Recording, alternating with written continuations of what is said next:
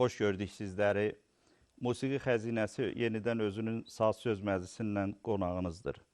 Ümidvarıq ki, bugünkü görüşümüzdə ürəyinizcə olacaq. Bugünkü verilişimizdə aşıq sənətində çox mühüm bir istiqamətdən söz açacağıq. Bu musiqi ilə, yəni saz havaları ilə onun fonunda oxunan sözlərin vəhdəti məsələsidir. Yəni, musiqi və poetik mətnin üzvü vəhdət halında təcəssüm eləməsi. Bu, əlbəttə, aşıqdan xüsusi bir istedad tələb eləyir. Burada bir çox tərəflərə baxılmalıdır. Aşıq birinci növbədə çaldığı havanı mükəmməli ifa etməlidir, onun oxu nöqtələrini çox düzgün müəyyənləşdirməlidir və havanın ruhuna, poetik ovqatına uyğun sözlər seçib oxumalıdır. O mənada hər hava, hər sözə, hər sözdə hər havaya uyğun gəlməyə bilir. Bu, artıq aşığın ustadından görüb götürdüyü, öyrəndiyi bir ənənə üzərində gedən çox, belə deyək ki, sınaqlı bir məsələdir. O mənada verilişimizin qonağı olan aşığımızla da, ustad aşığımızla da bu ətrafda söhbət eləyəcəyik və aşıqlarımızın oxuduqları, belə deyək ki, aşıq mahnılarında musiqi ilə sözün, şeirin vəhdəti məsələsinin nə səviyyədə uzlaşıb, uzlaşmadığını burada sizlərlə bir yerdə gözümüzdən keçirəcəyik. Qonağımızı təqdim eləyirəm. Aşıq Fəthullah Göyçəlini çox elə təqdim eləməyə ehtiyac yoxdur. Azərbaycan saz söz mühitində çox dəyərli bir ustad kimi tanınmaqdadır. Hamımızın da fəxrimiz, qürur yerimizdir. Ustad, xoş gəlmişsiniz. Sağ olun. Mən dedim mətləbi sizə. Bugünkü verilişimizdə, yəni qoyduğumuz mətləb siz ustadların bir növ həm yaralı yeridir, həm də çox həssas yeridir ki, hansı sözə hansı hava oxunmalıdır, hansı hava üstünə hansı söz seçilməlidir. Bu çox ustaddan öyrənilməli bir məsələdir ki, indi aşıqlarımızın ifasında və sizinlə söhbətimizdə dönə-dönə bu məsələyə toxunacağıq. İnşallah. Ay ustad, sizin bu məsələyə münasibətinizi bilək bir əvvəlcədən. Bilirsən, əvvəla hamınızı salamlayıram. Bu təzə ilimiz ki, yeni gəlib, birinci aydır. Hamımıza, bütün Azərbaycan xalqına, sizin bütün kollektivə xoşbəxtlik arzulayıram millətimizə. Çox gözəl mövzudur bu. Bilirsən, Məhərrəm bəli, bu bəzən, vallah, hətta zəng deyirlər.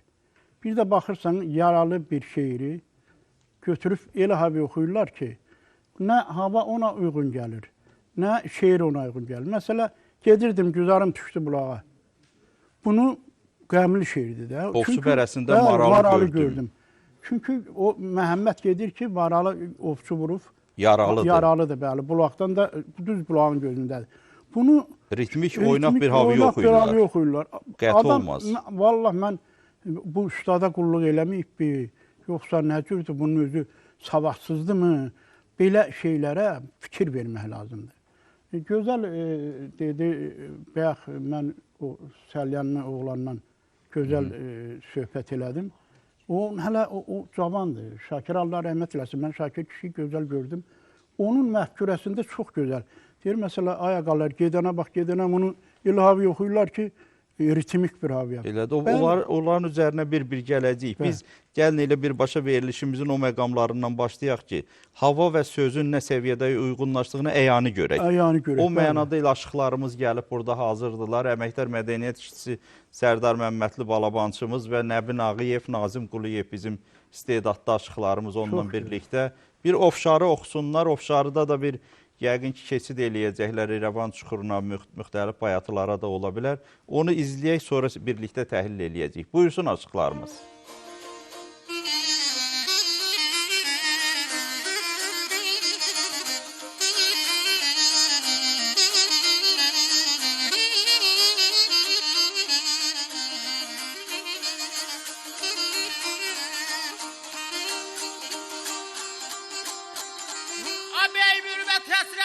Çəkməkdə yetişmişəm cana yüzü bürümə.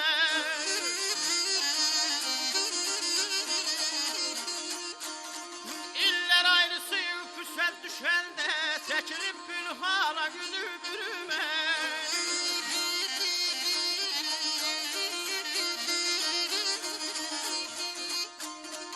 İllər ayrısı füsət düşəndə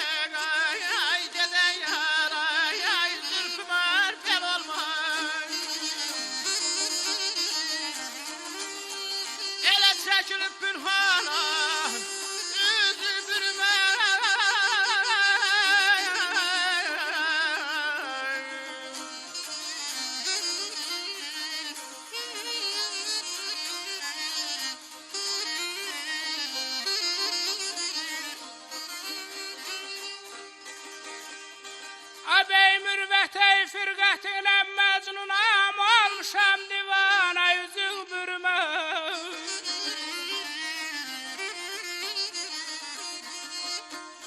Cellad sənsə öldür qurtarsın canım, yanaqdırım mana yüzün bürümə.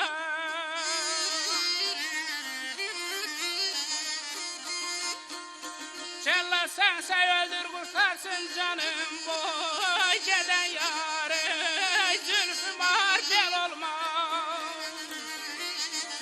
A belə yanaqdırım mana yüzün bürümə.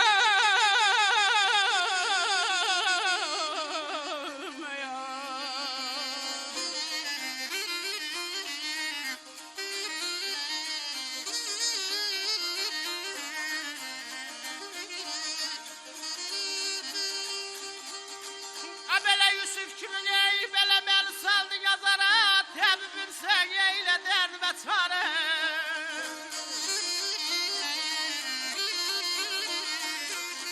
Ya buyur cəllada, ya çəkdir dara, gəlmişəm qurbana qüdür bürümə. Ya buyur cəllada, ya çəkdir dara, boy gedən yar, boy zülfümar ben öldüm. Ya yetir kurbana yüzüm bürüme.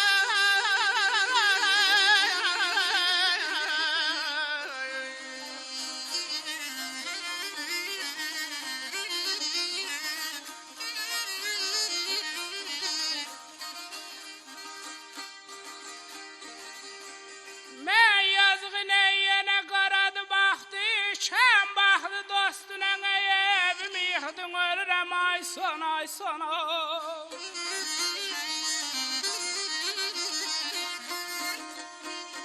Bir sənsən bir mənəm xəlvət otaqdı, lənətdə şeytana üzün bürümə.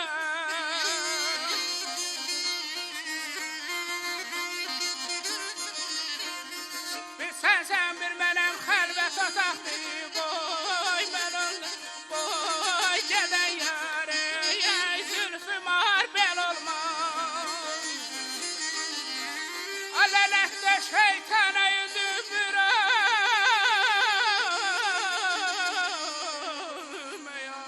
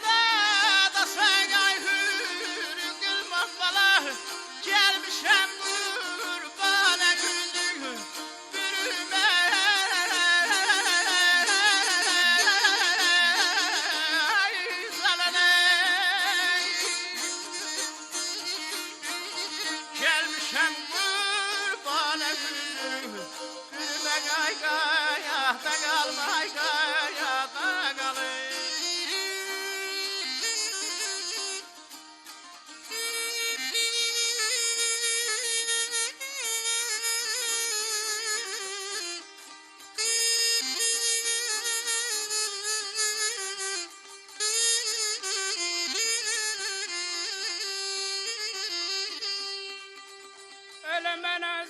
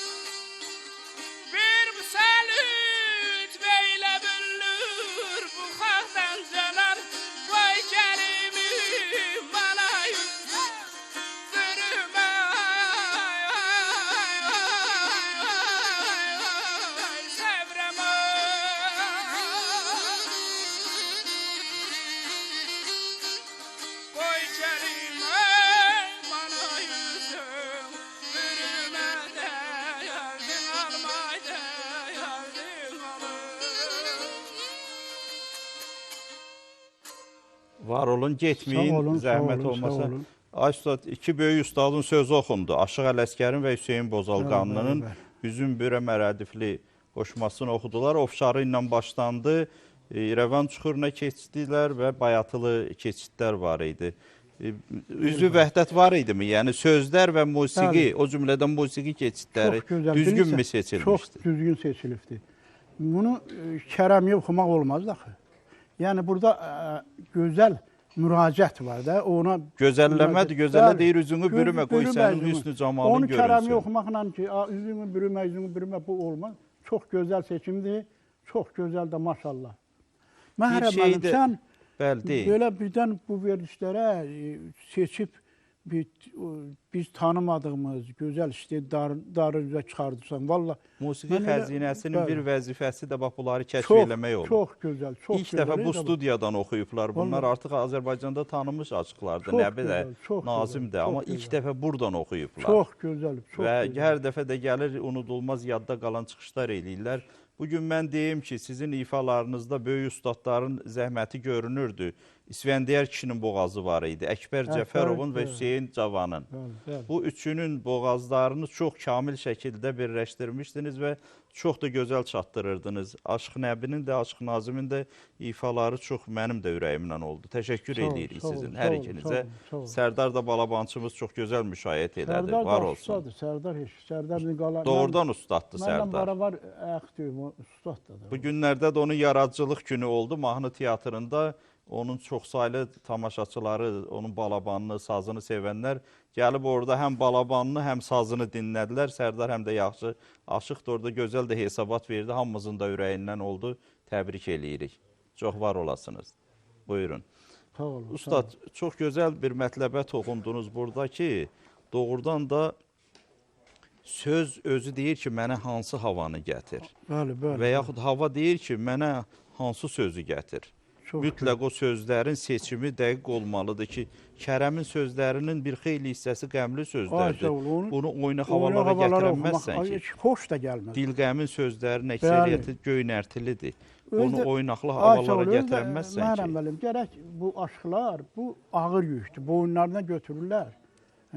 Əvvəla ustada qulluq eləmək lazım. İkinci də, məsələ, nağılların özündə dastanlarındır. İbrahim qəmlidir, burada çox oynaq söz getmir. Kərəm qəmlidir, çox oynaq söz getmir. Sonra Nəcəf xan qəmlidir, çox oynaq söz getmir. Yetim Söyün qəmlidir, çox oynaq havalar getmir orada. Məsələn, Alı xan, Pəri xanın çox qəmlidir. Gərək bunu oxuyan aşıqların o dastandan öyrəndikləri sözü bilərlər ki, bunu hansı haviyə oxumaq lazım? Amma Abbas Güldaz, Gəlizdə, Valeh Zərnigarda, Qurvanda oynaq sözlər çoxdur, gözəlləmə çoxdur. Gözəlləmə çoxdur. Bunları hansı havalara, kərəmlərdən başqa gözəlləmə havalarının ruhu yuxarı olan havaları. Sağ olsunlar, kişilər gördüm, gözəl təqdim elədilər. Aşıq Hüseynlə Ələsgərin Üzün Bürümə. Gözəl dalındı, elə mənim də xoşum əldə, çox xoşum əldə. Özdə deyim ki, o şeirlər çox oxunan da deyil. Çox az oxunan sözləri seçmişlər, o da diqqətimi çəkdi. Bəli. Onu gərək öyrənəsən, oxuyasan da. Elədir. Çıxıb həmən şeiri təkrarən da bunu o qədər eşitmişik ki. Elədir.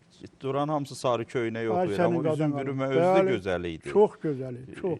Dədə Ələsgərin sözü də, Hüseyin Bozalqanın sözü də bir-birinə bərabər səviyyədə gözəl, mükəmməl şeirlər, mükəmməl də təqdim elədilər. Bizim bir cavan aşığımız gəlibdir, sizin dostunuz, rəhmətli Aşıq Şakirin nəvəsidir. Torpağı sanı yaşasın, inşallah onun sənətinin işığı buna da düşsün. Babək Şakirli, onun ifasında indi Şirvan havalarından da bugün dinləyəcəyik. Burada da eyni məqsəd poetik mətnlə musiqinin uyğunlaşması məsələsidir. Onu müşahidə edən bizim istedadlı balabançımız Zahir Zülfüqarovdur. Zahir Zülfüqarov, İzzətalı Zülfüqarovun, o da sizin sənət dostlarınızdan olub, yadigarıdır, oğludur. Biz xahiş eləyək, Zahir ya Babək ikisindən biri yoldaşlarınızı da təqdim edin. Zahir, zəhmət olmasa zərb alətlərindəki yoldaşları təqdim elə. Qoşa nağarada Aşıq Babəki Talih Bəşirov müşahidə edəcək. Nağarada da mərhum Aşıq Rızanın nağara çalanı Gülpaşa Məmmədov. Çox var olasınız. İnşallah gözəl bir döymə kərəmi gözləyirik. Sizdən meydan sizindir.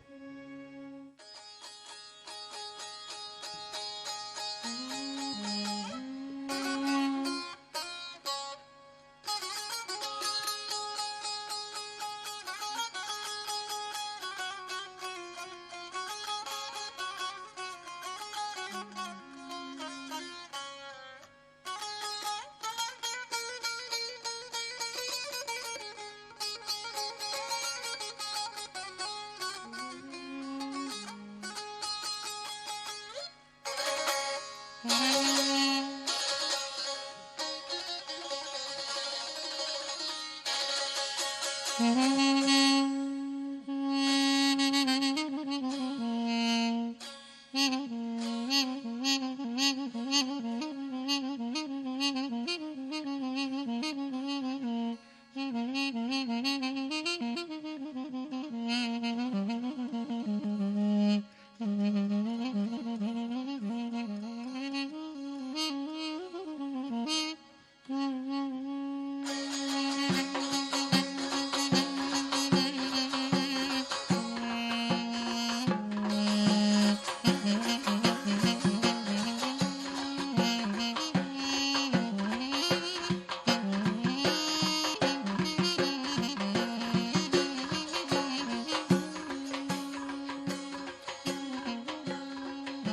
başına döndüm, qurban olduğum əyləkə cavabən bir yar görüm.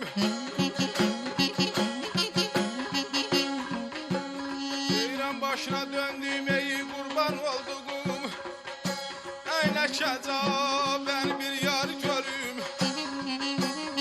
Arşıb odnaya bir yan olduğum, arşıb odnaya bir yan olduğum Eyləkə bəni, eyləkə ver bir yar görmək. Dağlarda qar ətri var,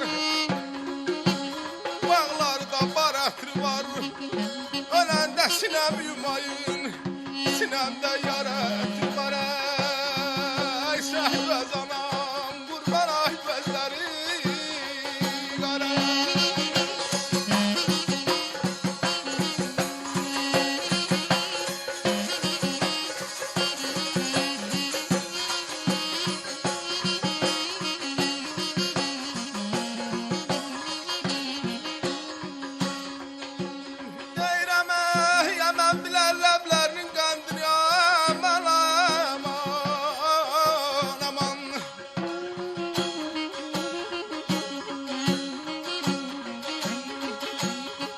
Hemen bilərək ləblərinin qəndini salmışam boyma yar kəməndini.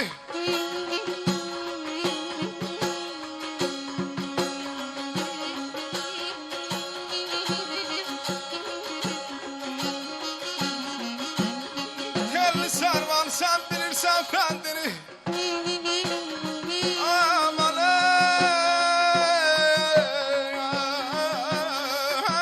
ey, telli sarvan sən bilirsən fəndini. Eyləkə bəni, eyləkə bəni bir yar görüm. Mən aşıq ağdaşı, mən aşıq ağdaşı, qaldır götür ağdaşı. Öləndən namərd ölsün, mənə delsinlər ağdaşı. Aman aman aman.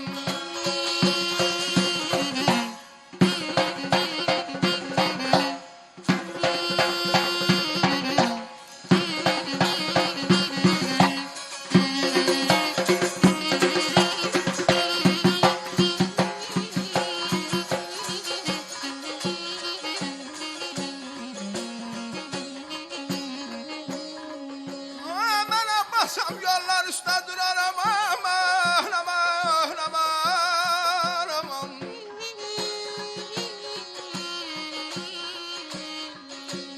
Aman basam yollar üstə duraram. Aman aman aman aman.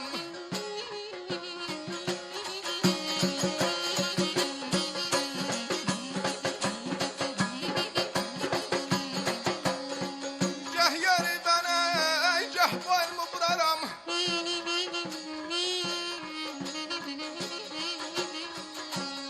Telli sarvan sana qarış vuraram. Telli sarvan sana qarış vuraram. Eyləkə ver bir yar görüm. Aman aman aman.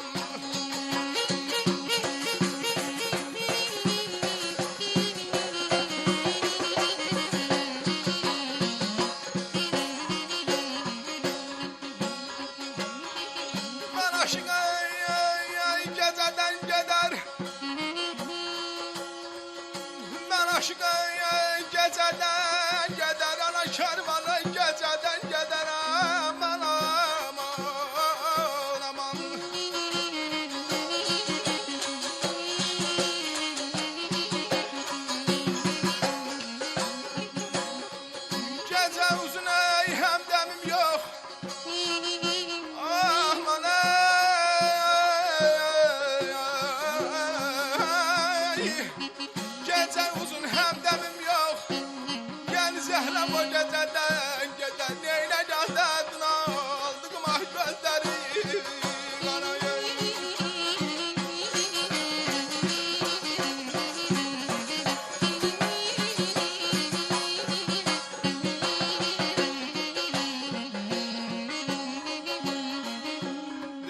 telli servan sana qarğış vuraram.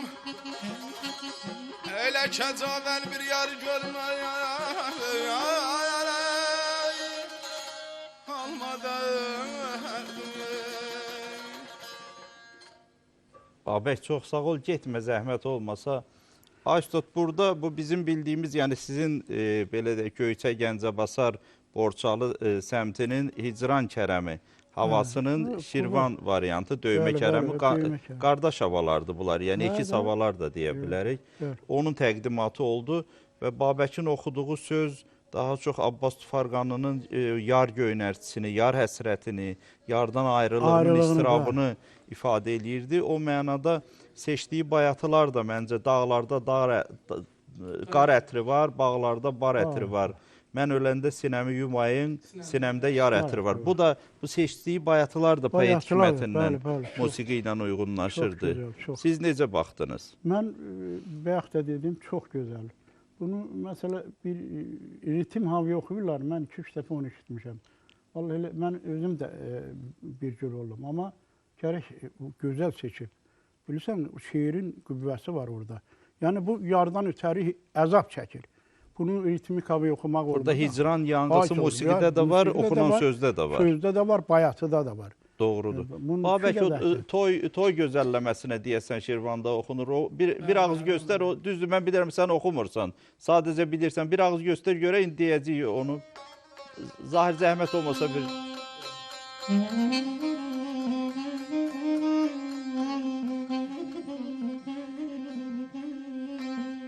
Başına döndüğüm kurban olduğum, başına döndüğüm kurban olduğum, eyle ketavel bir yarı görüm, eyle ketavel bir yarı görüm. Alışıp adına bir yan olduğum, alışıp adına bir yan olduğum, eyle ketavel bir yarı görüm, eyle ketavel bir yarı görüm, eyle ketaveli bir yarı görüm. aydındır, var ol. Bir yandan deyir ki, alışıb oduna bir yan Bir yan olduğum, oldum. dərddən öldüyüm və bir yarım görüm də ritmik də oyun, az qala oynamaq Oynamaq çatışmır. da, oynamaq Birbaşa da. indi məsələn desək Babək o oynamağını da göstərərdi, Hə, ehtiyac yoxdur ona. Burada o variantda artıq o musiqi ayrı şeir istəyir. Bəli, O bəli. buradakı bu toy gözəlləməsi prinsipcə çox gözəl havadır. Ay, sağ ol. Toyda da çox yaxşı qarşılanır, yüksək əhval yaradar. Yəqin ki, Zahir bilir, toyda cəmaat sevir bu havanı. Amma bu söz ona uyğun deyil. Mən babam Aşır Şarjacıyevin bu havazata sözləri var, kəndimiz sözləri. Kəndimizin sözü də Bəli, tamam bəli. doğrudur və Kəndimizdir. bütün toylarda hər gün oxunur. Bəli, Ay, sağ O ol. orada çox uyğun seçilibdir. Kəndin gözəlliyi, kəndin gözəlləmə ruhunla bu hava bir-birinə uyğundur. Tamam doğrudur. Çox təşəkkür eləyirik, var Sağ olasınız. olun, Qoyun sağ da öyrənsinlər. Deyir ustad oğlu şagird olmaz. Burada ustad nəvəsi də şagird olmadığını göstərdi. Çox var olasan. Ustad, bir məsələni də istəyirəm aydınlaşdıraq. Bizim məsələn bir var gözəlləmə havaları sırf ki bu Göyçə gözəlləməsindən Göyçə gülüdən tutmuş ta Naxçıvan gülünə qədər, Sabə gülünə qədər çoxlu Çoxdur, hə, gözəlləmə bəli, bəli, havalarının gözəlləmə sayı havalar hesabı çox. yoxdur. Çox. Bu gözəlləmə havalarının özünə də bəzən uyğun olmayan sözlər oxunur öz yerində. Bəzən də tutalım ki, onlara şeirin ölçüsünü düz qoyub oxumurlar. Elə hava tələb edir ki, 11-i oxunmalıdır. Tutalım ki, oxuyur 8-lik. 8 yoxurlar. O təmiz savadsızlıqdır, o təmiz. Yəni orada da poetik Bəli, mətn bəli, düzgün Bəli, seçilmir. bəli, bəli. 11-i ayrı şeydir, 8-i ayrı şeydir. Məsələn, 8-lik şeirlərini Dübeyti oxuyarlar, Gəraylı oxuyarlar, Şahsevəni oxuyarlar. Ondan sonra Göyçə gözəlləməsinə ya Kərəm Fəxri oxuyarlar, gözəlləməsinə bəli, və bəli. Göyçə gülünə 11-i 11-i oxunmalıdır. oxunmaz. Oxuyurlar, bir də 11. görürsən 8-lik bir 8 söz. o bütün biabırçılıqdır o. Lap biabırçılıq Hətta deyil mən bu sənətdə. yaxınlarda gördüm, bir yerdə efirdə oxunurdu. Müxəmməsə 11-lik 11-i oxuyurdular. yoxdur, Müxəmməs havasının 11-lik oxunmaz. Onun adı deyir də ki, mənə müxəmməs tap gətir. Müxəmməs deyirlər, bəli. O mənada poetik mətnin, şeir qəlbinin musiqi ilə düzgün seçilməsi çox mühüm məsələdir. Çox. Ustada qulluq eləmək ayrı şeydir. İndi biz mənə ustada qulluq eləyəndə elə birinci ustad bizə onu öyrədir. Çoğul. Məclisdə oxuduğunuz, çaldığınız hava ilə oxuduğunuz şeirin vəhdəti gərək eynilik təşkil etsin. Yoxsa qəmgin havaya gətiribsən gözəlləmə oxuma, gözəlləməyə qəmgin hava. Bu məşhur gilənar havası var da, Qazaq Qazaq səbdəsi. səbdəsi. Bu ritmik oynaq bir havadır. Bəli. Ona Abbas gedir, ağlayır, dəvə bozluyur, yarının ayrı üçün ritmik havaya oxunur bu sözlər. Uyğun olmadı ki. Uyğun olmadı ki bu. Çox gözəl, çox gözəl. Amma məsələn, tutam ki, rəhmətlik Murad Niyazlı ona öz sözlərini Bir oxuyurdu. Bir səhər gəl, bir gün orta, bir axşam. Murad Niyazlının görüşünə. O uyğundur. Bəli, çox gözəl. Çünki havanın ritmindən o sözlərin arasında rabitə var, üzvü vəhdət var. Elə gözəlləmə havalarıdır, çox gözəl, çox gözəl. Onları hamısını gərək düzgün seçəsən, seçə biləsən. Onun hamısı, mənə ustada qulluq eləməməkdir. Doğrudur. Bir növü. Bilsən, İnşallah sizi kimi ustadlardan öyrənsinlər. Bizim bir aşıq qızımız gəlibdir, Gönçə Kazımova. Sərdar Məmmədli ilə, o da Balabanla oxuyacaq, Göyçə Gülü oxuyacaq. Göyçəli aşığının qabağında oxuyursunuz, ifa eləyirsiniz, onu da hesabınıza qoyun. Buyursunlar aşığımız.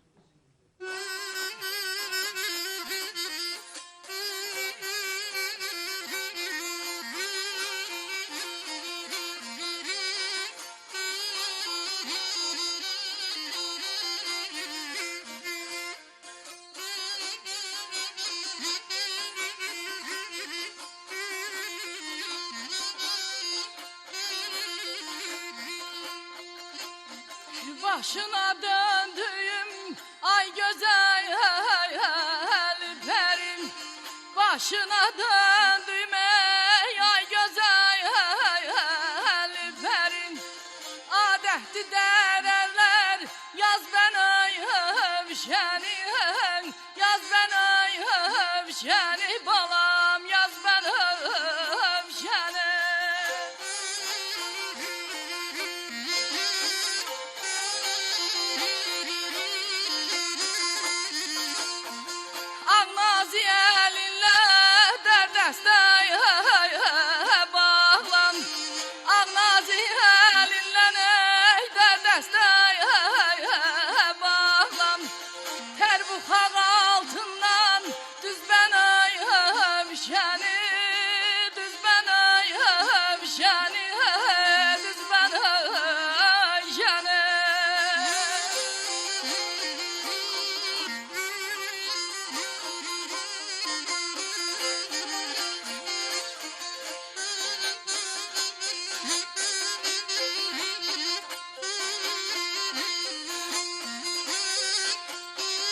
Tanrı seni hoşça mala getirmiş, Tanrı seni hoşça mala getirmiş.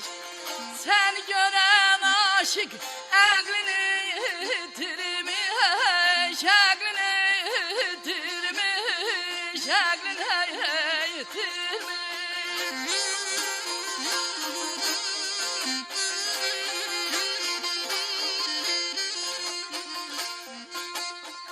Melekler mi dermiş göyden getirmiş,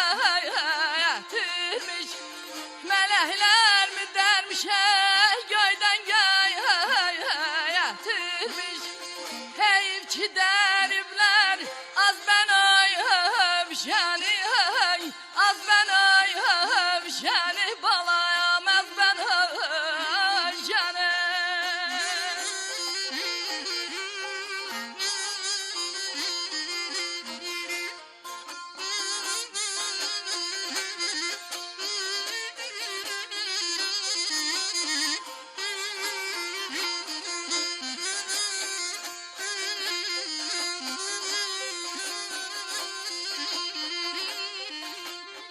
Yalah balam ey, kurban der könlüm ey, bundan ayrıldın. Kurban der könlüm ey, bundan ayrıldın. Ne etmişem yarım menden ayrıldı, menden ayrıldı, balayam menden ayrıldı.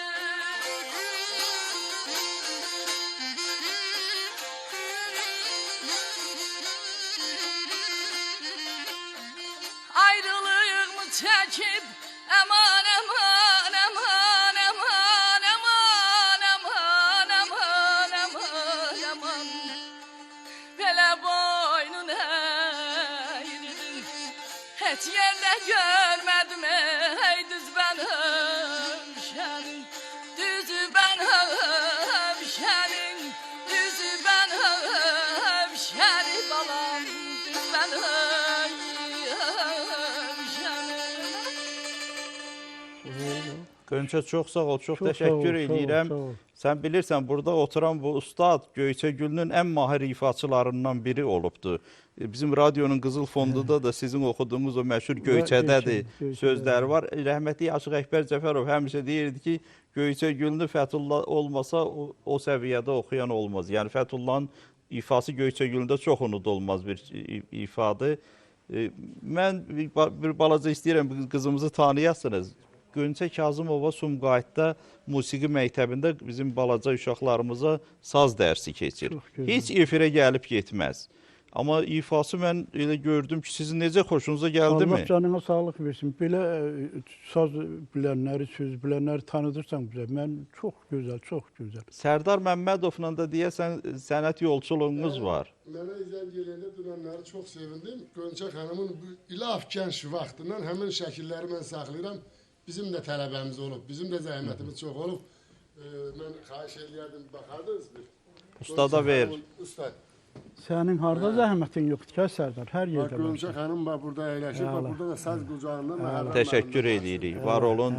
Sənət uğurları davam eləsin, amma efirlərə də çıxmaq lazımdır. Gönçənin istedadı mənim xoşuma gəldi. Yaxşı oxuyur. Məhərrəm müəllim gözəl. Allahın köməyi ilə. Tapış gətirir Burada da seçilən söz yenə Bənövşə Qurbanus böyük ustadın sözüdür və Göyçəgülünə də söz yoxdur da. Bir hava kimi ən mükəmməl aşıq havalarından biridir. Çox gözəl. Gönçə Kazımova da mənə elə gəlir çox yaxşı təqdim elədi. Bir balaca zil məqamında mənə elə gəlir ki, o Aşıq Fəthullah Zəngüləsi idi də. Axırda bir zəngülə vurmalı idi, yox. Amma yenə də oxu tərzi və musiqi ilə seçim, uyğunluq, hər şey vəhdət yerində idi. Bura məsələnin bu tərəfinə çox əhəmiyyət veririk biz bugün. Ay ustad, mən bir məsələnin üzərinə gələcəm. Niyə ona gəlirəm? Çünki meydanı indi sizə verəcəm. Şübhəsiz ki, ayrı-ayrı tək havaların fərdi ifaları öz yerində. İndi biz görəcəyik, bizim solo saz ifaçımız da gələcək. Elçini mən dəvət edirəm. Qoy Elçin gəlsin buraya. Elçin Xaliqoğlu, o bir Naxçıvanın havasına hazırlaşın. Onu qədər sizdən bir məsələni bilmək istəyirəm. Çünki həmən sonra siz gedəcəksiniz. Mən də istəmirəm söhbətdən sizi yorub göndərmiş olam dastan parçası çatdırmağa. Bəs dastanları ifa etdiyimiz zaman, dastan çatdırıldığı zaman orada süjetə uyğun olaraq, süjetdəki hadisələr orada müxtəlif cürdür. Elə məqam var, qan qaraldıcıdır, elə var, yer var, şən əhval-ruhiyyədir, elə var, yol fikri eləyir, elə var, ağsaqqallar qarşısına çıxıb. Burada musiqini, havacatı şeirlərlə necə seçirsiniz? Keçidləri necə qurub ustadlar? Məhərrəm müəllim, o elə bax, o deyirsən ustad söhbəti. Bax, ustad söhbəti oradan əmələ gəlir. Onu gərək, o aşıq o qədər hazırlıqlı ola ki, məsələ, indi məclisə gedirik də, aşıqlar, cavan aşıqlar. Gərək o məclisin əhval-ruhiyyəsini dərhal başa düşək. Bu əhl-urfan məclisidir, burada nə oxunmalıdır? Bu cavan məclisidir, burada nə oxunmalıdır? O havalar da onda o qədər hazırlıqlı ola ki, yaxşı, 20-30 cavan oğlan apar ona kərəmlərdən oxu. Vallahi, işinə qulaq asarlar, sonra asan deyirlər. Aşıq meydanı itirmiş olacaq, əlində saxlayamayacaq. Filanar oxu, qara gözlərdən oxu, filanan oxu, bunlar hələ bəlkə də səni alqışlayacaqlar. Aşığın nəməri gələcək. Bunu gərək sənətkarın hazırlığı ola, hazırlığı. İndi mən, məsələ deyirsən, tez havalara keçirsən. O ustadlarda o qədər o havalar beynimizdə irtimə gəlib ki, o saat bilir ki, məsələ bu havanı burada yeridir. Bunu ayrı söz olamaz. Məsələn, indi mən duranda göstərəcəksiniz əyani şəkildə. Ki, Məhəmmədin qarşı səfərində var ki, o qız ona müraciət edir. Müraciət edir, zorla edir ki, yəni sən aşıq deyilsən mənim qabağımda. Bunu dubeti oxumaq olar, sartili oxumaq olar. Əlbəttə olmaz. Şahsevəni oxur ki, yəni qəhrəmanlıq ruhum var. Məndə qəhrəmanlıq ruhum var. Yenilmək fikrim yoxdur. Sən 39 aşıq bəndə salmışam, sənin də xirtləyin üzəcəm. İndi bu, gərək bu aşığın özündə hazırlıq olsun. İnşallah indi onu birazdan siz əyanı göstərəcəksiniz. Elçin Xaliqoğlu'nun ifasında bir Naxçıvaniyə qulaq asaq. Buyursun Elçin. Buyur.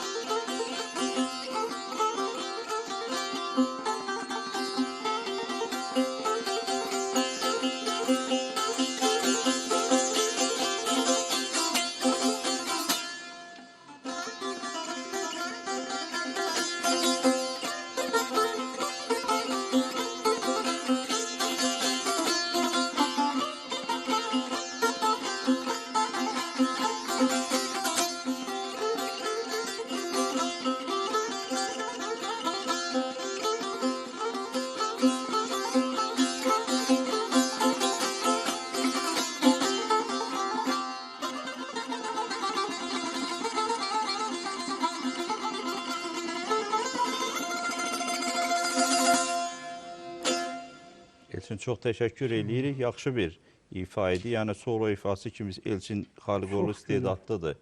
Sadəcə bir şeyə diqqət elə, indi ustadın da fikrinə mən diqqət eləyəcəm. Havanın ana axarını çox qorumaq lazımdır. Bəli. Elə ola bilər istedaddan gələn tutalım ki, improvizəyə meyl filan, onu aşmamaq lazım. Ana axarı o yurt yeri deyirlər, havanın yurdu. O yurt qorunmalıdır, ona çox diqqət eləmək. Xüsusən səni kimi istedadlı solo ifaçılarına mən ona görə deyirəm ki, sizdən daha çox şey asılıdır. Sizi arxanıza gələn yeni yetmələr, sən müəllimsən, çoxlu şagirdlər yetirirsən. Onlar da bilməlidir ki, havanın ana yurdu, o yurt hissəsi mütləq qorunmalıdır. Nəsə müəllim, son vaxtı bu solo saz ifaçıları çoxalıbdır. Bu həm yaxşıdır, həm də qorxuludur. Solo ifa güclənəndə oxumaq azalır. Oxumaq olmayan yerdə də aşıq olmur. Aşıq olmur, bəli. Amma belə baxanda Elçinin məsələn gözəl barmaqları var. Amma gözəl də səsi olsa lap aləm olardı. İndi Allah bəzən belə eləyir. Bir tərəf verir, biri sağ. Bayaq Çoban Məhəmməddən danışdıq. Çoban Məhəmmədin dastanı. Çoban Məhəmməd Aşıq Ələsgərin böyük qardaşıdır. Yəni tarixi şəxsiyyətdir. Çox da böyük bir şairdir, güclü şair olubdur kifayət qədər. Onun kitabı da çıxıbdır. İslam Ələsgər, bizim böyük ustadımız Aşıq Ələsgərin nəvəsi, onun kitabını buraxıb Çoban Məhəmmədin. Çoban Məhəmməd və Səlvinaz dastanı da onun içərisindədir. İndi mən sazla sizi meydana dəvət edirəm. Dastandan bir parçanı orada təqdim eləyin. Bugün 2 parça istəyəcəyik amma sizdən. Əvvəl bir parçanı indi danışın, orada harada dayanacaqsınızsa, zəhmət olmasa siz mikrofona gedin, ona kimi mən deyim. Davamını ikinci hissədə deyəcəksiniz. Amma havalar poetik mətnlə necə uzlaşmalıdır və harada nə olacaq, onu özünüz orada əyanı deyərsiniz. Mən Sərdar Məmmədlini də dəvət edirəm, balabançımızı. O gələn kimi meydan aşığımızındır. Deyirəm bir ustadnamədə, Allah bütün ustadları, cəmi ustadlara rəhmət eləsin, ruhlar şad olsun. Yaxşı hörmətlə, təmiz adına mən dolandım bu Qafqazın elini. Pirə ata dedim cabana qardaş, ana bacı bildim qızı gəlini. Hər kim bu dünyanı fani bilməsə, həm savabı, həm üsyanı bilməsə, namusu gözdə ifnanı bilməsə, əli zülfiqarı kəssin belini. Bədəsildən hər giz olmaz biləsil, lənət sənə gəlsin, pis soy, pis nəsil. Fitnə fəsad ondan törər müddəsil, ölüncə tərk etməz öz əməlini. Yazıq Ələsgərəm bir kəminə qul, əksiz sözü heç vaxt eyləməm qəbul. Bəndə-i Xudayam Hümbət Rəsul, dost tutmuşam Şah-ı Mərdan əlini. Hamımızın köməyinə yetişsin, bütün Azərbaycan xalqının köməyində olsun. Bəli, əzizlərim, Məhrəm müəllim çox gözəl buyurdu ki, Məhəmməd Ələsgərin böyük qardaşıdır, uzun müddət çoban olub. Nəhayət, söhbət çox uzundur, bilirsiniz, vaxtımız məhduddur, onun bir böyük dastandır. Məhəmməd 30 nəfər fəhlənə çatır qarsa, Almurad bəy deyir, ey Məhəmməd, mən səni Akisədən gətirmişəm, gəlsən fəhlələrə səni bir qadir qoyam. Deyirək ki, mən çoban olmuşam, mən bir qadir İzzət Başarın deyir, mən görür bu fəhlələr hamısı can atıl ki, məni qoy, dedi, sən öl bu piscə, bunlar bir-birini niyə qır, elə qoy, deyim, bir qadir mənəm. Nə idi Məhəmmədin sənəti? Bunların çörəklərini aparardı, dəhşəhlərini dəyişdirərdi. Bir gün gəldi ki, qarsın bütün şəhər, bazar, hər yer bağlıdır da, qaça-qaçdı, qardaş, qoy biz də qaçaqdan, 30 nəfər fəhlək. Dedilər, yox, evin yıxılmasın. Bir Səlvi Xuraman gəlib Dağıstabdan aşıqdır, 39 aşığı bəndə salıb. İndi bu saat meydanında adam gedir. Məhəmməd deyir, getdim meydana, deyir, aşıq dəndi ilə bil ürəyim, deyir, çəkildi. Dağlar, daşlar gəldi, deyir, hamısı yadıma düşdü. Getdim, deyir, bir cəmaatdan girmək olar mı? Almurad bəy deyir, məni tanıdı. Böyük bir hündür yerdə əyləşiblər, bəylər, xanlar.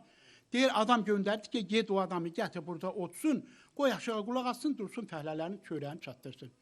Məhəmməd deyir, gəldim, biraz otdum, baxdım, deyir, gözəl bir stol bəzənib, tez-tez elan verirlər ki, kim burada otsa, Səlvi Xuramanla deyişəcək.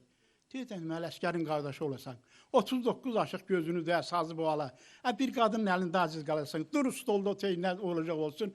Durdum, deyir, stolda otdum, oradan Almurad bəy işarə elədi ki, onu qaldırın, bu 39 aşığa bahis olmasın, bu çoban adamdır, bu nə bilir deyişmək falanı. Deyir, dedim, xanım, hərrəndi yanıma əl, deyir, dedi, əcəm oğlu, stolun bunun məzəndəsini bilirsən mi? Deyir, dedim, nədir? Deyir, dedi, orada oturan gərək mənlə deyişək. Dedim, əgər öyle ölsəm, 1001 qəbirstanlıqda birində mən dəfn eləyərdilər. Döyüşək də, laf döyüşək də. Ayağı gördüm, mən çox möhkəm danışıram. Dedi ki, yaxşı, indi mənlə deyişsən, sərti bilirsənmi? 39 aşığında qanına bahis olacağım, özümü də darağacından astıracağım. Tez dedim, xanım, indi mən səni bağlasam nətər olacaq? Məni almalısan. Dedim, yox. Onda da qeyd elət ki, əgər Çoban Məhəmməd məni bağlasa, 2 üstü mən qızıl başlıq verəcəm. Odur ki, deyir, kaxet et, imzaladıq. Mən də deyir, baş barmağım mühür nəzir, deyir, çoban adam yapışdırdım, deyir, xanım deyir, çox esləndi. Dur, deyir, sən öl bir gəl ayrı havasından, qoy görüm bu nə deyir, çoban nə?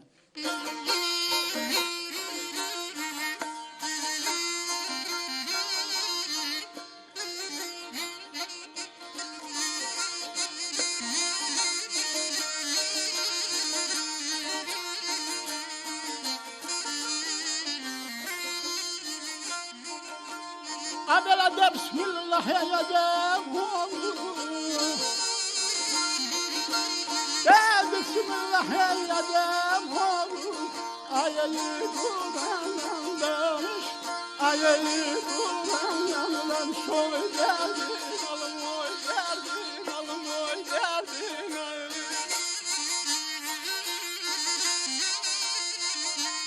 Şaşan gazelin tütügörün. Çekende canım tütügör, Anteri burandan. Bu beyler, tamam beyler, yalan kurban oy geldin, alım oy geldin, alım oy geldin, alım oy geldin.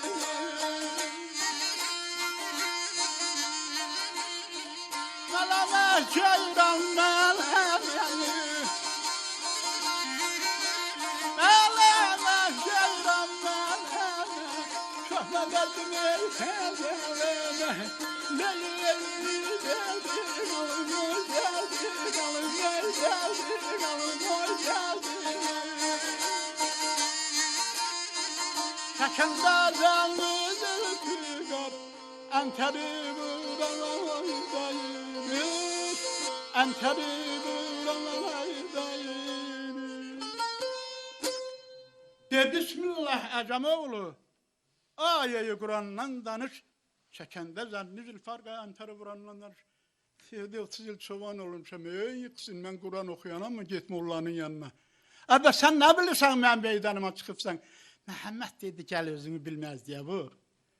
Bir şah sevyanı havasından deyən ki, xanım, valla səndən yaman sağın sular qoy görüm, özümü bərkidib səni bağlasam, aparıb o göçədə sana qoyun sağlaracam.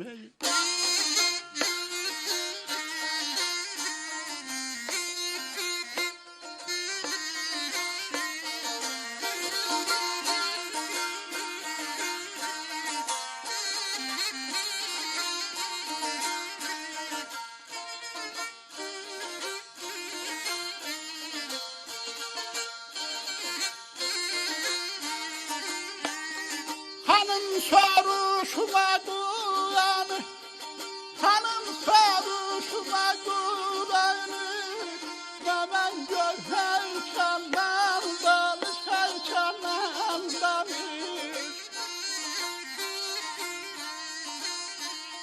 Koynudular nedeni, koynudular nedeni, sibirde dayıklarından şayrını leydi gayreydi, leydi gayreydi.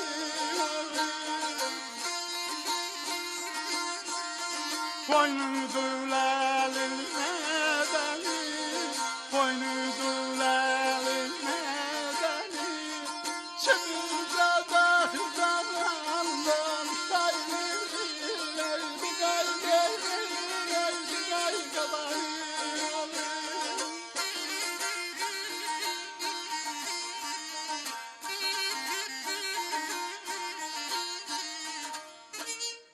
Hanım, soruşma Kur'an'ı, mən göhər kəndan danış, qoylumdur əlim mədəni siyimzədəqdandan danış.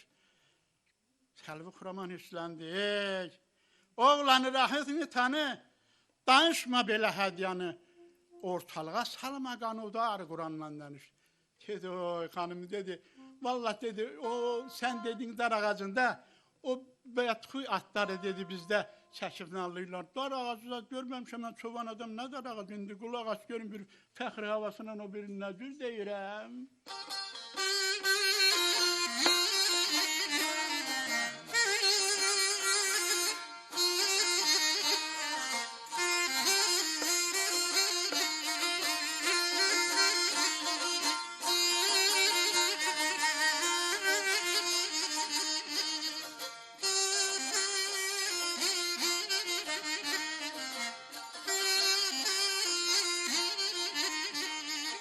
Aşadını sayı, dün hediyanayı, Kadını sayı, dün hediyanayı, Müştahım koç, Mülyanlarını, Layla dalanı, Layla salama, Cedellayı.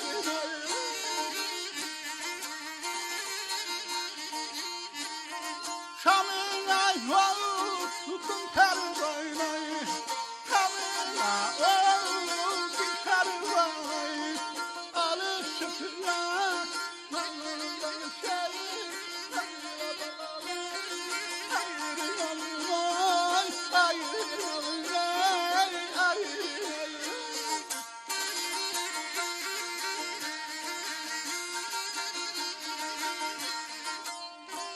Dedim Məhəmməd nə dedin?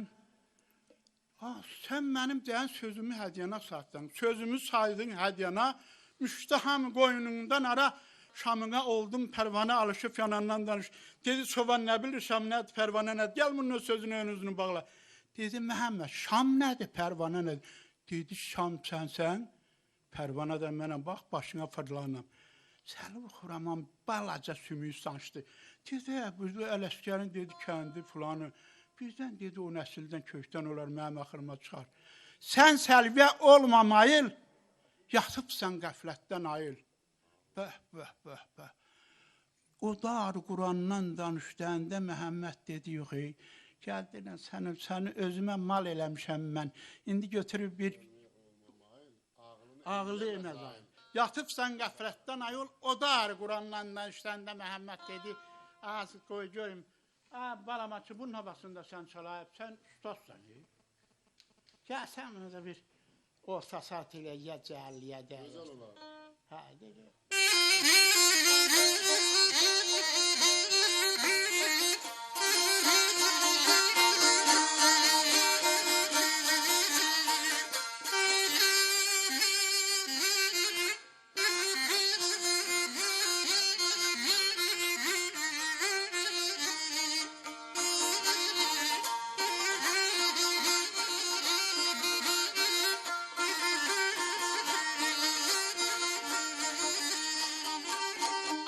Allah Məhəmməd Peyğəmbər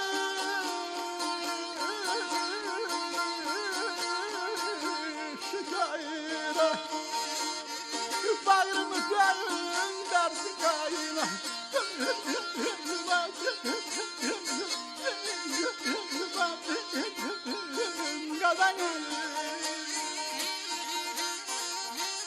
al dilimden kel çalar gayrı Dünden çay salar gayrı Sallı kurayım Allah'tan Leylim dünya gayrı Dünya şirin gülü Gadanayım Ay sarı gadanayım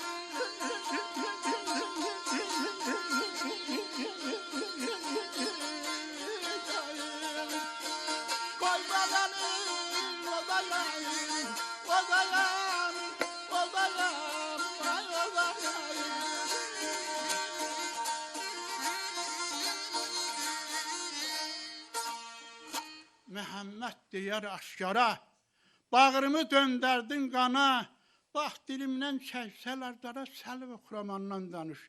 Sağ olun, şad olun, o biri xanəsini gələn bərnaməmizdə deyərik. Buyur Aşda, çox təşəkkür edirik, var olun, sizi də xeyli dərəcədə yorduq. Elə mən istəyirəm ki, sözümüzün bu yerində qoy aşıqlarımız gəlib oxusunlar ki, sizi elə söhbətlə də çox elə yormayıb. Mən bir daha dəvət edirəm Nəbi Nağıyevlə bizim gözəl aşığımız Nazim Quliyevi. Onlar bir dilqəmi oxuyacaqlar. Dilqəmi oxumaq da hər aşığın hünəridir. Bəli. Yaxın günlərdə bizim böyük üstadımız Əli Quliyev burada bir unudulmaz dilqəmi çaldı. Vaxtınız Baxdım, yəqin. hə, baxdım, Çox baxdım. qeyri-adi bir ifa kimi yadda qaldı. Amma dilqəminin də siz deyən kimi havası elə havadır ki, ona gedən söz gərək, mütləq dilqəm göynərtisindən olmalıdır. Bədəni şükansin, sümüklərinin hamısı əzələlərinin. İndi o görə inşallah ki, aşıqlarımız havanı o cür Bəli, seçiblər. bəli. Beləliklə söz aşıqlarımızındır.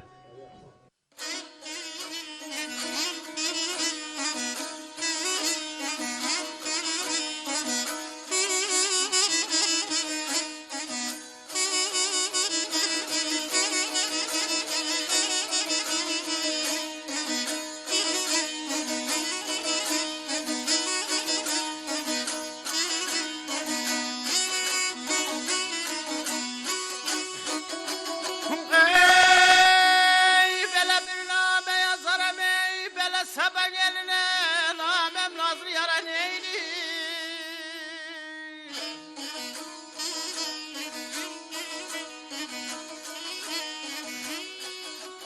Ey belə yetişər bolar, fələhməl boy boy boy boy boy boy boy boy boy ölür ey.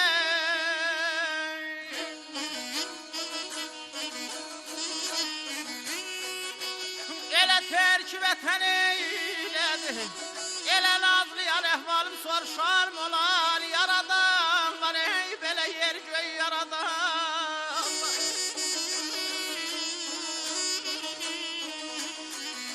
Elə təbib cəlasma yaramı, elə məndə hər yaradan var gedən ayağım yalır.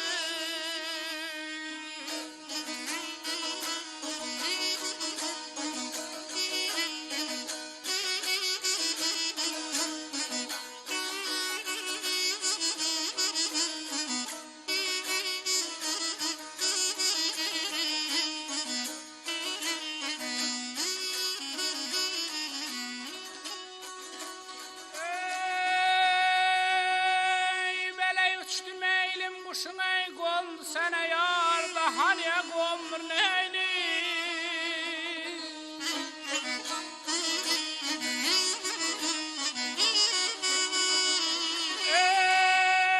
Ey bir özgəsinə qoydur gözlərimi boy boy.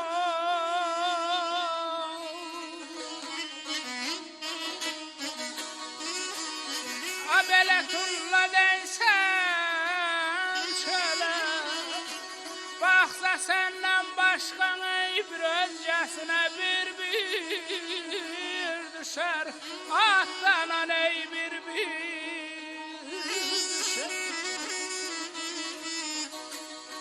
A belə səninlə keçirdiyim o xoş günlər, gəl yadıma ey bir düşər gedən ayağın alır.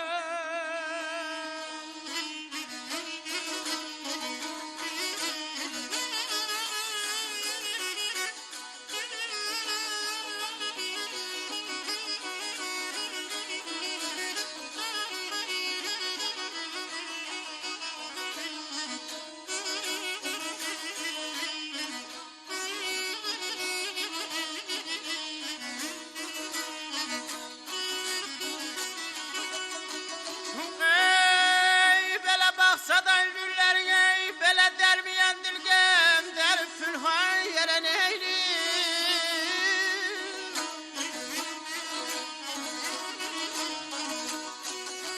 Ey belə sərməyən dilgəm bu dünyada boy boy boy boy boy boy boy boy ölür ey.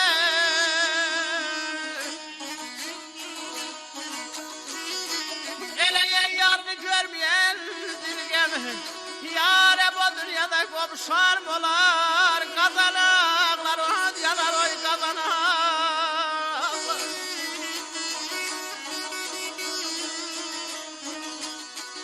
Ele gurbette ölen kesin ay öyler yıkar, ele kabirli kazanaklar giden ayar yalır.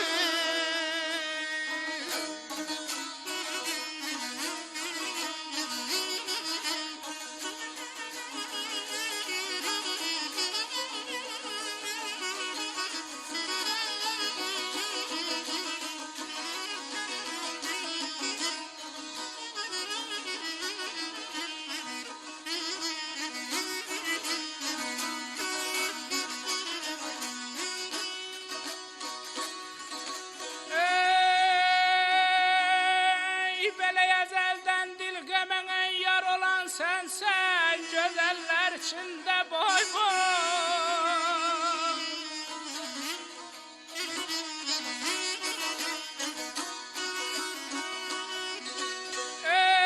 Ey var olan sensen Azrail donundan eyli.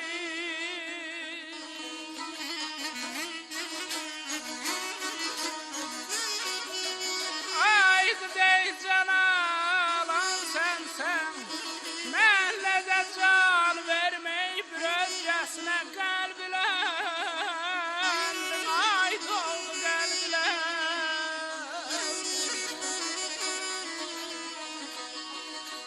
Anneye desen ayhan biçim Bu kalp o kalbilen gel başına yalan Dönüm ceylan aman dönüm.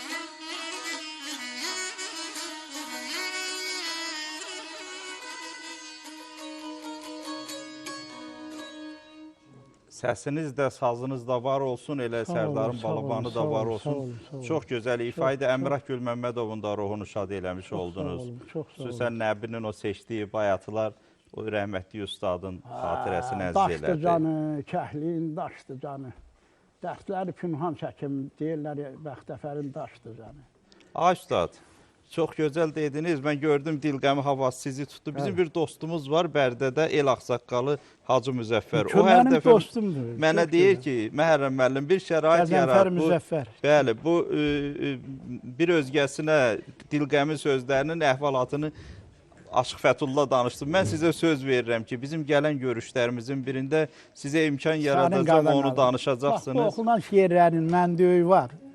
Yurdunu. Andolsunlar, Mən yurdu. imkan yaradacağam. Elə bir yurtdur ki, da onu heç aşıqdan mən eşitmədim. Yaxın görüşlərimizin birində mən imkan Allah yaradacağım, qoysun, siz onu Allah təqdim qoysun. edəcəksiniz. İnşallah, inşallah. Məncə çox unudulmaz bir təəssürat İnşallah. olacaq.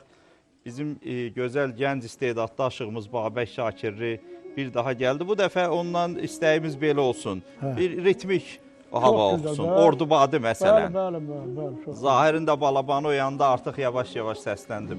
Buyursunlar.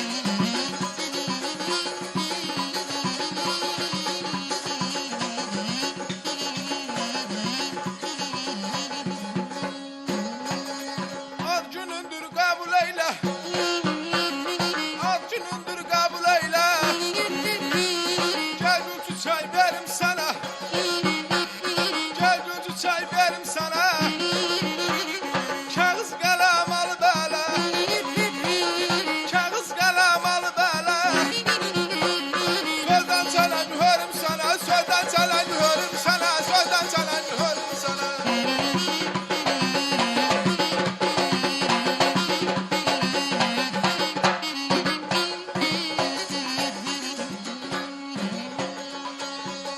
Dile gelsin sahsın hem de Dile gelsin sahsın hem de Ötüm zildegahda bende Ötüm zildegahda bende Her sözümde her kelimemde Her sözümde her kelimemde Bir hoş diley verim sana Bir hoş diley verim sana Bir hoş diley verim sana Bir hoş diley verim sana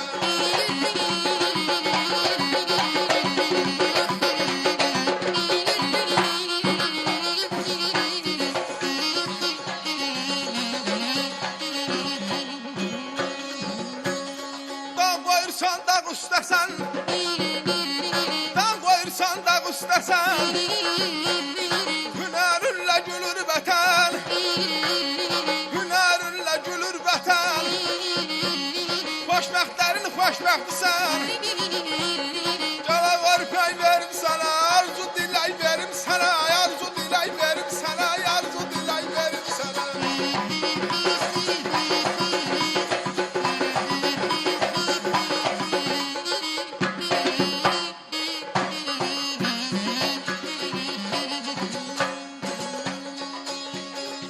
Yatır senden şaşır dilem.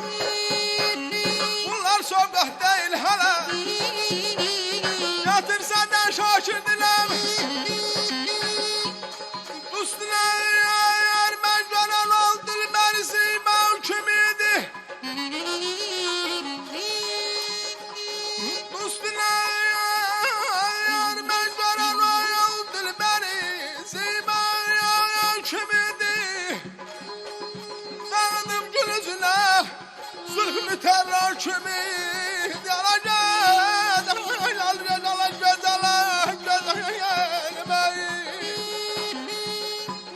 Neçə dünyənin aləminə suda gəlib aldı müqüm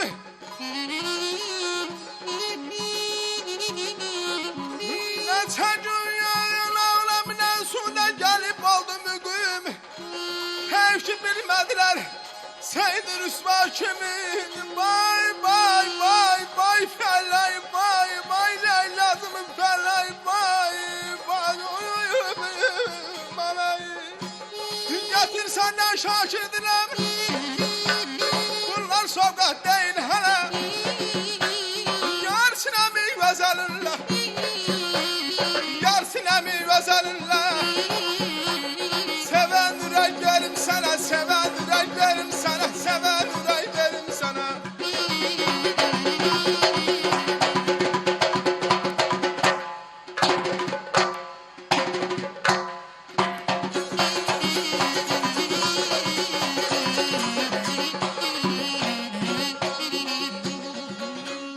Yar sinemi vezelinle Yar sinemi vezelinle Seven yüreği verim sana Seven yüreği verim sana Aman aman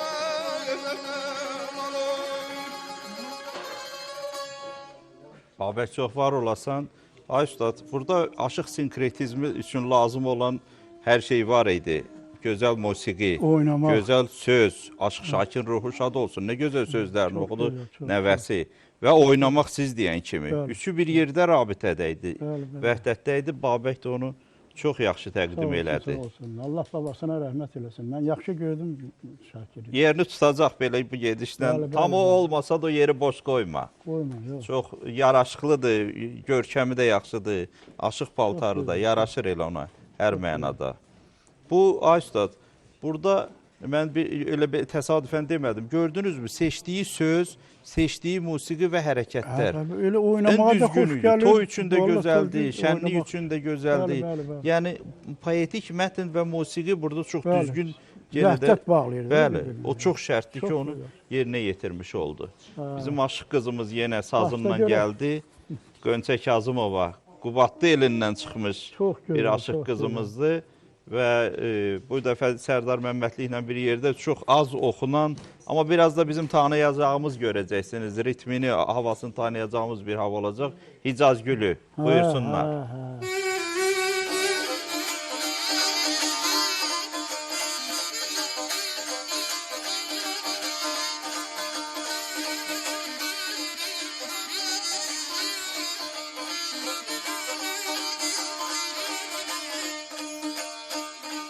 Gözüm gözlerinin intizarıdır Gözeller sultanı niye gelmedin Gözüm gözlerinin intizarıdır Gözeller sultanı niye gelmedin Aralıkta ilgarımız var idi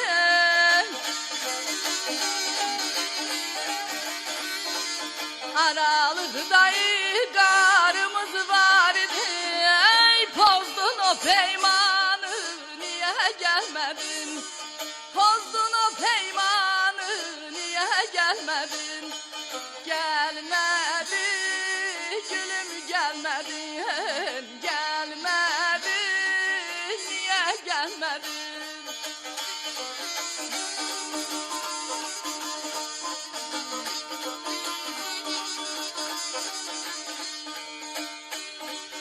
Güneş camalına perde salmışsan O da saldığını bir de salmışsan Güneş camalına pərdə salmısan, o da saldırını birdən salmısan. 40 ildir aşıqı dərdə salmısan. 40 ildir aşıqı dərdə salmısan. Səndədir dərmanım, niyə gəlmədin? Səndədir dərmanım, niyə gəlmədin? Gəlmədi, gülüm gəlmədi, gəlmədi, niyə gəlmədin?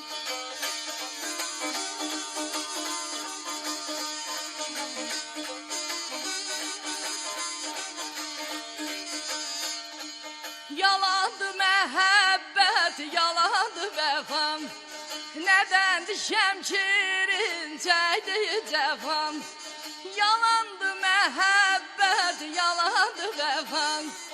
Nədəndir şəmkirin çəkdiyi cəfam? Əyilmədin eşqə, rəhmə insafa.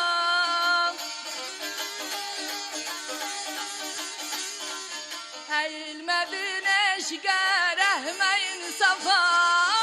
Etdim imtihanı, niyə gəlmədin? Etdim imtihanı, niyə gəlmədin? Gəlmədi, gülüm gəlmədin, gəlmədin, niyə gəlmədin? Gəlmədi, gülüm gəlmədin, gəlmədin, niyə gəlmədin? Sağ ola Çox Sərdar, sağ ola. usta oxudun. Sərdar da var Ustad olsun. olub da Sərdar. Çox usta oxudu və çox bəyəndik. Çox gözəl, çox gözəl. Sözün doğrudan da musiqi ilə uyğunluğunu da çox diqqət elədik və Gönçə xanımın ifasında bir diqqət çəkən tərəf də var. Mahnını yaxşı canlandırır. Çox. Hələ ilk dəfən olduğu üçün biraz həyəcan da var. Mən hiss eləyirəm. Daha ürəkli oxusan, Allah daha qoysa çox gəlir, canlandırarsan. gəldikcə yaxşılaşacaq. Mahnını canlandıra bilmək hər aşığın qabiliyyəti deyil. Səndə o keyfiyyət var. Mahnını yaşayır və canlandıra bilirsən. İnşallah zaman-zaman bizim verilişimizdə burada gəlib öz istedadını göstərərsən. Allah qoysa. Uğurlar arzulayırıq. Çox yaxşı idi. Çox gözəl. Biz dəvət eləyirik. Gördüyünüz kimi elə musiqi xəzinəsi arayır, axtarır, xalqın içərisində olan belə istedadları tapır, gətirir. Təşəkkür edirik. Çox var olasınız. Ay Üstad, Məhərrəm müəllim sağ olsun. bu saz deyir ki, verilişin yekununa doğru gedirik və Məhəmməd Çoban Məhəmməd orada Səlvi xanımla üzbəyiz qaldı. Bu işin axırı nə oldu? Saz sinənizdə meydanı çağırdıq, görək. Qaldılar orada. Çoban Məhəmmədə Çoban verən Allah Məhəmməd. yoxsa Səlvi xanıma. Buyursun Ustad. Bəli, əzizlərim. Söhbət değişmək qutarandan sonra Səlvi xanım şübhələndi də, sən bu dedi. Bəyək dediyim kimi o Ələsgərin zadın qohumu olar, gəl bundan soruş. Şeir çox uzundur, deyir, Səlviyə Məslim xandır, məkanım ol Dağıstandır. Bəs sənin əslin xan da Ardandır, ant verdin Qurana dedim. Məhəmməd dedi, bu Qurana kant verdi. Gəl bunu intiharda saxla. Məhəmməd Göyçə adamı, pərvanalar gözlər şamı. Nəsilimiz şairdə hamı ant verdin Qurana dedim. Dedi, gəl buna dinən, məni bağladın, o Göyçə nətər yerdi. Məhəmməd dedi, 29 fəhlə var, hamısı orada işləyirlər, nə bilirlər. Gəl deyən, sənin Göyçədə bağ belə, bostan belə, ağaçlar bir-birini, bir Göyçə qara gözünə.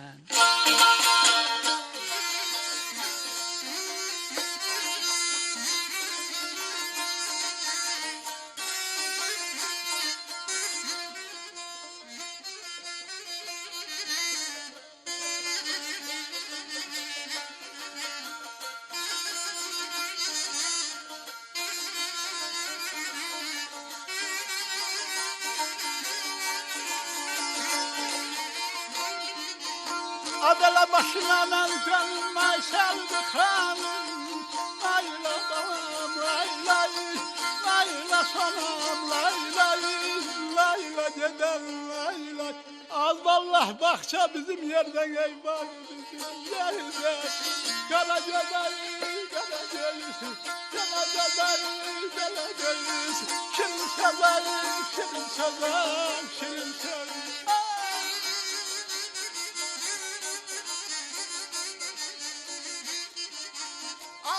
Saldı dayı bana ağaçları Layla balam laylayı Layla salam laylayı Layla dederim laylayı Bak da bütün yerde var bizim yerde Kara gözleri kara gözleri Şirin sarayı şirin sarayı Kara gözleri kara gözleri Kara gözleri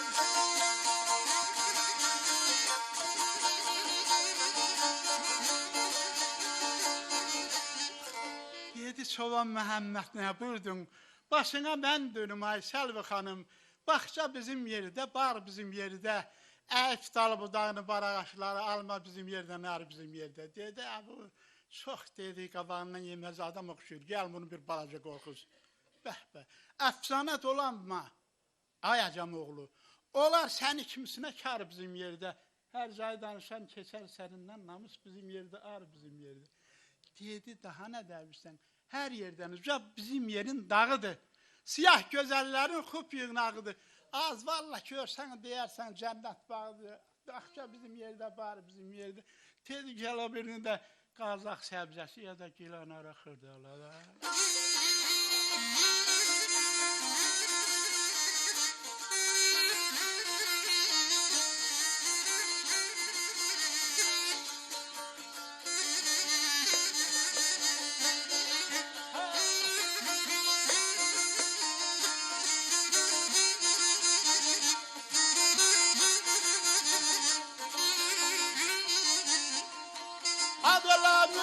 Safa yerdim ülkündayız Akonamdayız Azalındayız Azalındayız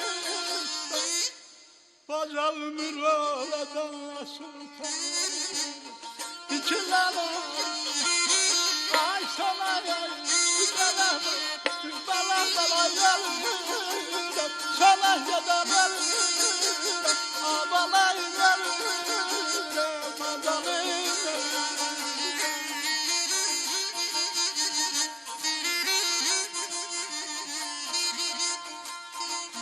Azizleri cellat kimi alacak Abalayım alacak Asolayım alacak Namusu bizim yerinde yar bizim yerinde Ülkülerin Ay sana gel Bala bala bala yabay Gabakalım yabay Erke bala yabay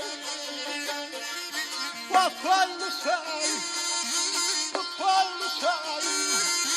Gel gel sen Favuzlu sen Şedeber sen Gel gel sen Adamın parayı Atanın parayı Geldi oldu yere senler yarayı İkilemem Ay sonarım Güzeler bana yabayı Güzeler yabayı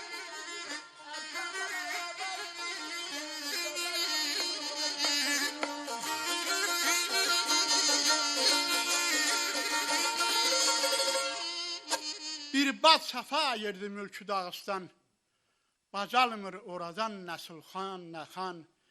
Bax, bax, bax, bax, dedi ya ki, doğrudan da işləri cəllat kimi alırcan, namus bizim yerdə, ar bizim yerdə. Məhəmmədin dərdin gətirdin yüzə, az qalır müjgənin canımı üzə, az valla Hazreyl donunda görünər gözə, mərd itməz olunər bizim yerdə. Hələ göçənin çovanı mənəm, bəz bax qızı gör o biriləri nə təlidir. Deyik gəl o biri xanəsində, bunu yaxşı sevirlər bir gözəl bayramın havasına.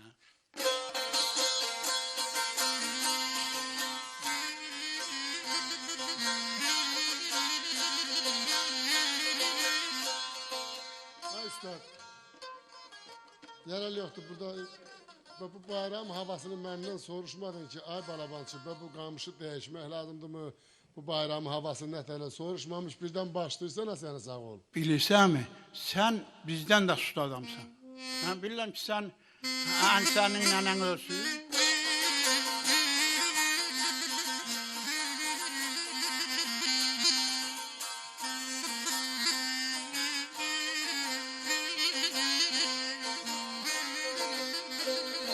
Hey yar, hey yar, hey yar, əzizim sen.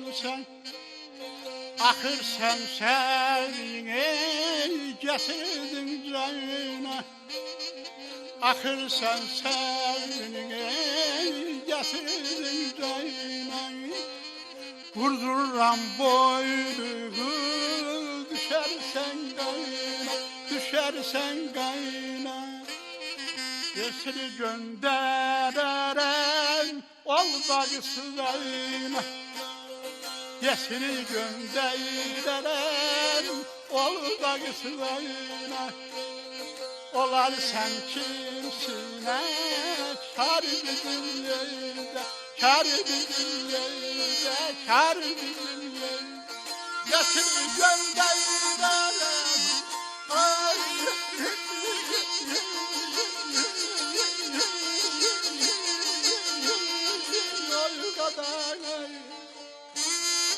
Ay aman ölüm, olar sen kimsin ey, kar bizim yerler.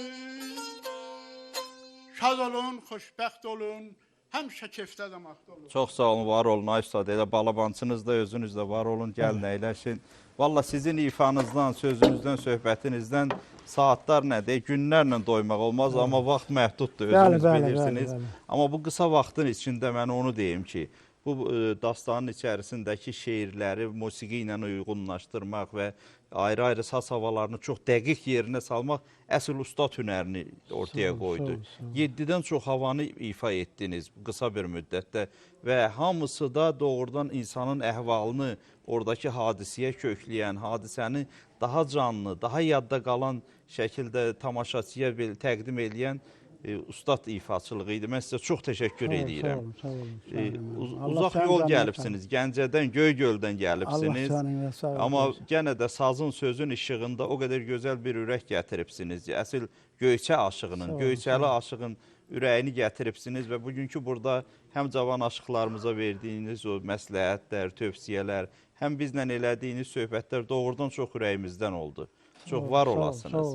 Gələn ayaqlarınız var olsun. Sazınız, sözünüz həmişə bu cür gür səslənsin. Mən sizə təşəkkür edirəm. Sağ ol, mən də hamınıza, başda sən olmaq hamınıza təşəkkür edirəm. Var ola ustad.